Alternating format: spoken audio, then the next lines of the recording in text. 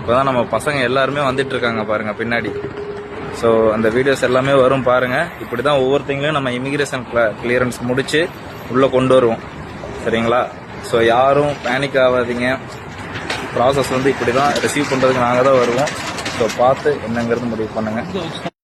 Friends எல்லாருமே இப்போ வந்து அக்கோமடேஷனுக்கு போகிறாங்க. ஸோ அந்த வீடியோ தான் நான் இதில் காட்டுறேன் பாருங்கள். டாக்ஸி புக் பண்ணி அங்கங்கே அக்கோமடேஷன்ஸ்க்கு நம்ம ஏற்றி விட்டுருவோம். ஸோ அந்த வீடியோ தான் இதில் வந்து காட்டுறேன் உங்களுக்கு.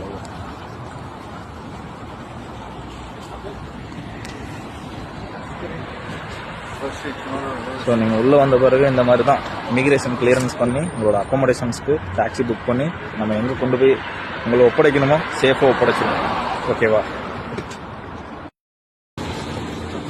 ஸோ அக்கோமடேஷன்ஸ்க்கு எல்லாருமே கிளியராகி போய்கிட்டு இருக்காங்க பாருங்க. ஸோ பசங்க தங்குற இடம் பாருங்க. இந்த மாதிரி தான் இருக்கும் அக்கோமடேஷன்ஸ் எல்லாமே. ஸோ இது பார்த்தீங்கன்னா அக்கோமடேஷன்ஸ். இது நம்ம தமிழ் பசங்க தங்குற இடம். இது எல்லாமே உங்களுக்கு பாத்து